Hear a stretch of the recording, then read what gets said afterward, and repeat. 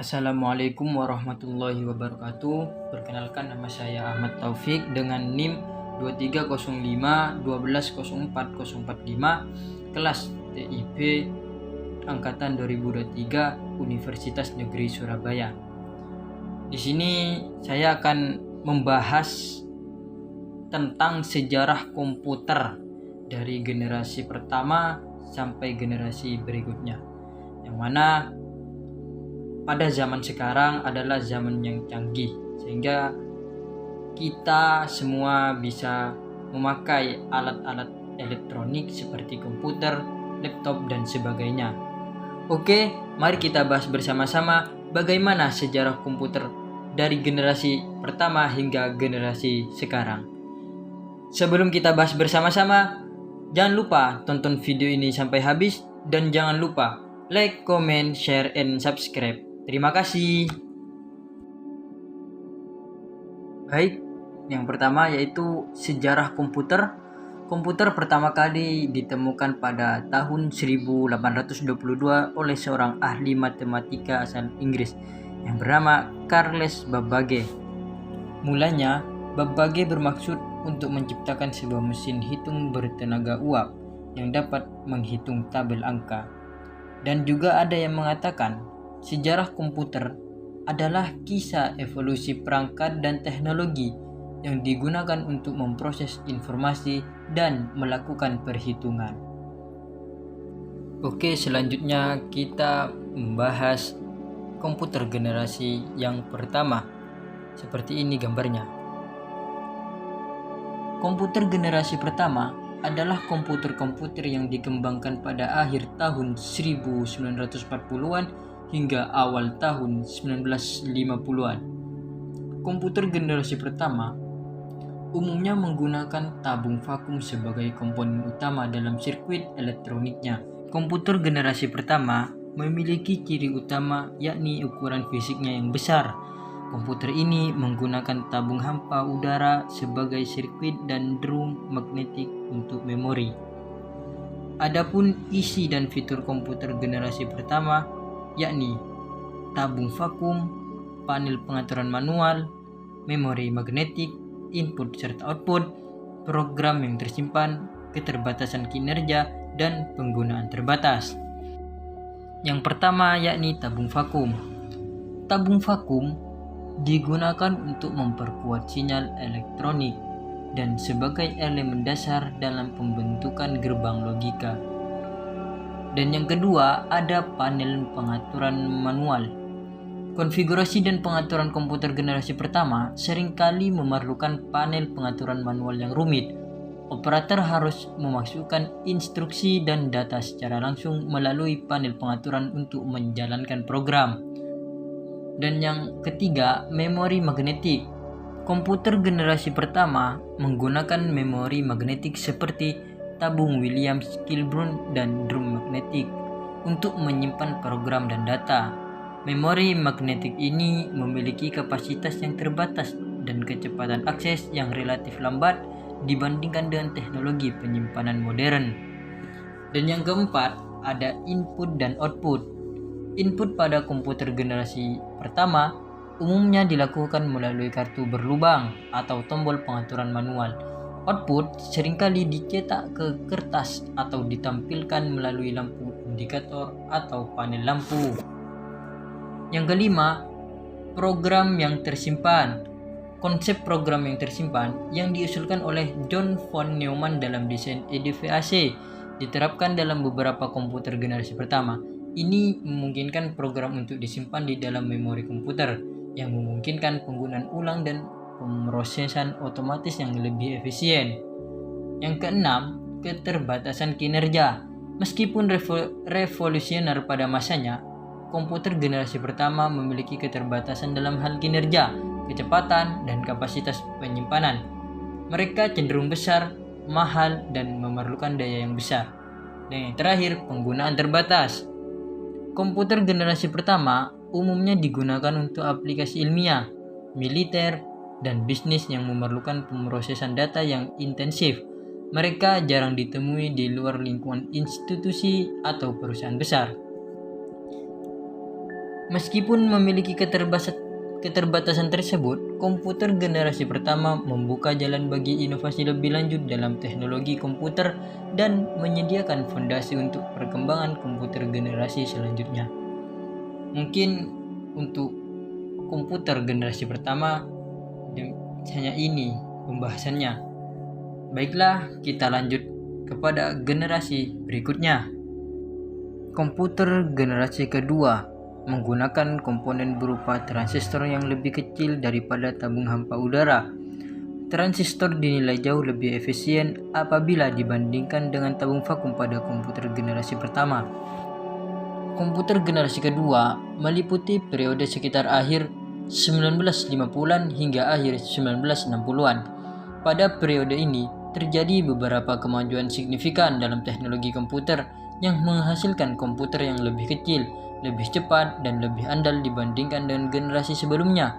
Berikut adalah beberapa ciri-ciri utama dari komputer generasi kedua.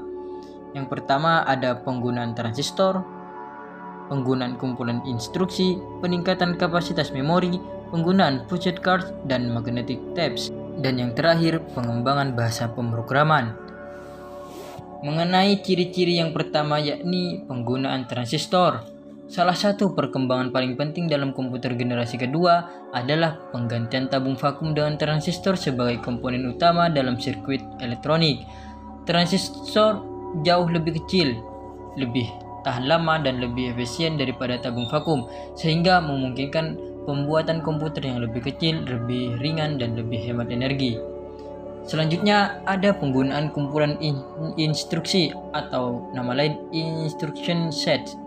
Komputer generasi kedua mulai menggunakan kumpulan instruksi yang lebih kompleks daripada generasi sebelumnya. Ini memungkinkan komputer untuk melakukan berbagai macam operasi dan memproses data dengan lebih efisien. Yang ketiga, peningkatan kapasitas memori. Komputer generasi kedua memiliki memori yang lebih besar dan lebih cepat daripada generasi sebelumnya. Ini memungkinkan mereka untuk menangani volume data yang lebih besar dan menjalankan program-program yang lebih kompleks.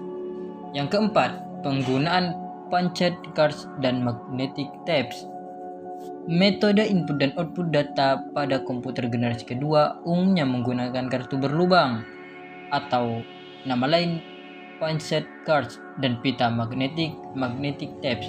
Hal ini memungkinkan pengolahan data secara batch di mana sejumlah besar data dimasukkan atau diproses secara bersamaan.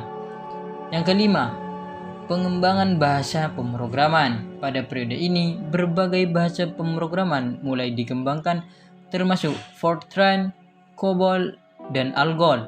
Ini membuat pemrograman komputer menjadi lebih mudah dan lebih efisien.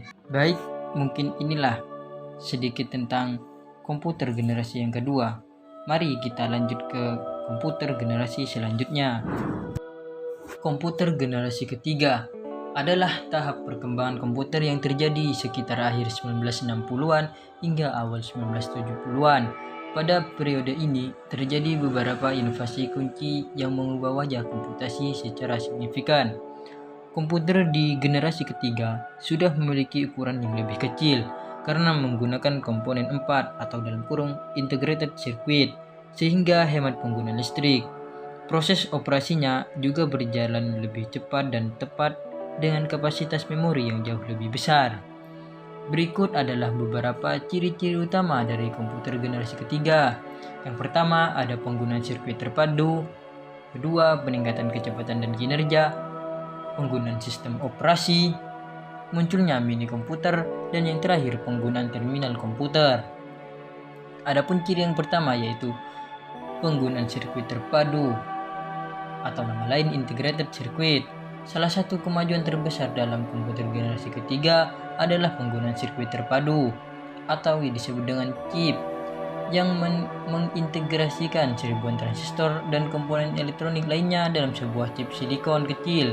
Ini memungkinkan pembuatan komputer yang jauh lebih kecil, lebih andal, dan lebih murah dibandingkan dengan generasi sebelumnya. Adapun yang kedua, peningkatan kecepatan dan kinerja.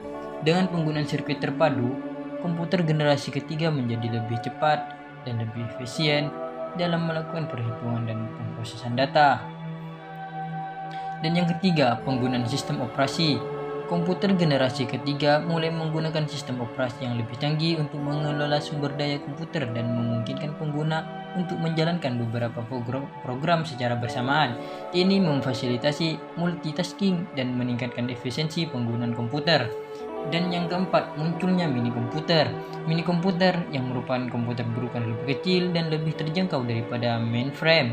Mulai muncul pada periode ini, mini komputer memberikan kemampuan pemrosesan yang cukup untuk organisasi kecil dan menengah, serta digunakan dalam berbagai aplikasi ilmiah dan bisnis. Dan yang terakhir, penggunaan terminal komputer. Komputer generasi ketiga umumnya menggunakan terminal komputer sebagai antarmuka pengguna, yang memungkinkan pengguna untuk berinteraksi dengan komputer dan menjalankan program-program mereka. Mungkin sedikit tentang generasi komputer yang ketiga sebagai berikut. Mari kita lanjut kepada generasi yang selanjutnya. Komputer generasi keempat merujuk pada periode perkembangan komputer yang dimulai sekitar akhir 1970-an hingga awal 1980-an dan berlanjut hingga saat ini. Periode ini ditandai dengan beberapa inovasi penting yang mengubah paradigma komputasi.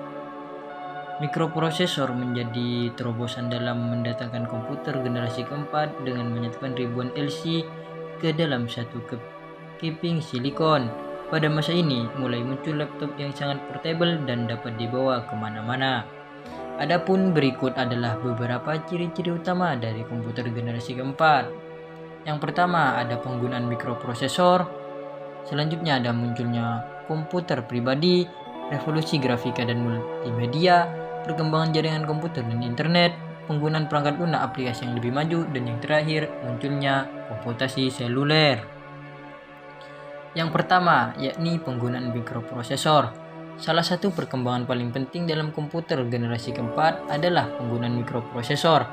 Mikroprosesor adalah sebuah chip yang menggabungkan unit pemrosesan pusat atau CPU ke dalam sebuah unit tunggal. Ini membuat komputer menjadi jauh lebih kecil, lebih murah, dan lebih efisien daripada sebelumnya. Yang kedua, munculnya komputer pribadi atau nama lain PC. Komputer generasi keempat menyaksikan ledakan dalam popularitas komputer pribadi dengan penggunaan mikroprosesor dan kemajuan dalam perangkat keras dan perangkat lunak. Komputer pribadi seperti IBM PC dan Apple II menjadi lebih terjangkau dan mudah digunakan oleh masyarakat umum. Yang ketiga, revolusi grafika dan multimedia. Komputer generasi keempat menyaksikan revolusi dalam grafika komputer dan multimedia. Pengembangan kartu grafis yang lebih canggih serta perangkat lunak yang mendukung grafis 2D dan 3D. Memungkinkan penggunaan komputer untuk keperluan seperti permainan, video, desain grafis, dan aplikasi multimedia. Selanjutnya ada perkembangan jaringan komputer dan internet. Komputer generasi keempat menyaksikan perkembangan yang signifikan dalam jaringan komputer dan internet. Ini mencakup peningkatan kecepatan dan keandalan jaringan, serta munculnya layanan dan protokol seperti TCP atau IP yang membentuk dasar dari internet yang kita kenal saat ini. Yang kelima, penggunaan perangkat lunak aplikasi yang lebih maju. Perkembangan perangkat lunak aplikasi yang lebih maju memungkinkan penggunaan komputer untuk berbagai tujuan, termasuk pengolahan kata, pengolahan data, presentasi, dan manajemen proyek. Yang terakhir ada munculnya komputasi seluler. Pada akhir komputer generasi keempat, terjadi ledakan dalam pengembangan perangkat komputasi seluler seperti ponsel pintar dan tablet. Ini mengubah cara kita berinteraksi dengan komputer dengan memungkinkan akses yang mudah dan portable ke informasi dan layanan online. Mungkin inilah sejarah tentang komputer generasi keempat. Mari kita bahas generasi yang selanjutnya. Komputer generasi yang kelima atau yang sekarang. Komputer generasi kelima ini ialah komputer yang kita gunakan sekarang. Tujuan dari komputer generasi kelima adalah mengembangkan komputer yang dapat merespons suara bahasa dan dapat belajar secara sadar. Komputer generasi kelima adalah istilah yang digunakan untuk menggambarkan perkembangan dan evolusi komputer pada akhir abad ke-20 hingga awal abad ke-21. Ini adalah era di mana komputer mulai menunjukkan kemampuan yang lebih mirip dengan manusia dalam beberapa aspek tertentu. Beberapa ciri-ciri utama dari komputer generasi kelima adalah: yang pertama, kecerdasan buatan atau nama lain Artificial Intelligence (AI). Salah satu aspek paling penting dari komputer generasi kelima adalah fokus pada pengembangan kecerdasan buatan atau AI. AI mengacu pada kemampuan komputer untuk meniru dan mengeksekusi tugas-tugas yang memerlukan kecerdasan manusia, seperti pengenalan suara, pengenalan wajah, pemrosesan bahasa alami, dan pemecahan masalah yang kompleks. Yang kedua, pengembangan sistem pakar. Sistem pakar adalah program komputer yang dirancang untuk meniru keahlian dan pengetahuan dari seorang pakar manusia dalam bidang tertentu. Mereka digunakan untuk membuat diagnosis, memberikan rekomendasi, dan menyelesaikan masalah berdasarkan pengetahuan yang telah diberikan. Yang ketiga, pembangunan robotika. Komputer generasi kelima juga ditandai dengan peningkatan dalam pengembangan robotika. Robot menjadi lebih kompleks dan mampu melakukan tugas-tugas fisik dan kognitif yang lebih rumit, mulai dari produksi industri hingga pelayanan kesehatan. Yang keempat, peningkatan dalam komputasi kuantum. Meskipun konsepnya sudah ada sejak awal abad ke-20, komputer generasi kelima menyaksikan peningkatan dalam penelitian dan pengembangan komputasi kuantum. Komputer kuantum memiliki potensi untuk menyelesaikan masalah yang jauh lebih kompleks daripada komputer konvensional saat ini. Dan yang kelima, internet dan komputasi seluler yang semakin maju. Selama era komputer generasi kelima, internet dan komputasi seluler terus berkembang dengan pesat. Internet menjadi lebih terintegrasi dalam kehidupan sehari-hari, sementara perangkat seluler menjadi lebih kuat dan memiliki akses ke layanan dan aplikasi yang semakin canggih. Dan yang terakhir ada big data dan analitik. Peningkatan dalam kapasitas penyimpanan dan pemrosesan data memungkinkan pengumpulan, penyimpanan, dan analisis data yang sangat besar. Analisis big data menjadi semakin penting dalam membuat keputusan bisnis dan ilmiah yang lebih baik. Komputer generasi kelima mencerminkan puncak dari perkembangan teknologi komputer dan penggunaan yang semakin luas dalam berbagai aspek kehidupan manusia. Periode ini juga menandai kemajuan signifikan dalam bidang-bidang seperti kecerdasan buatan, robotika, dan komputasi kuantum yang akan terus mempengaruhi cara kita bekerja, berinteraksi, dan hidup di masa depan. Mungkin inilah beberapa penjelasan dari saya tentang sejarah komputer dari generasi pertama hingga generasi yang sekarang. Mungkin hanya ini yang dapat saya sampaikan. Cukup sekian dan terima kasih. Assalamualaikum warahmatullahi wabarakatuh.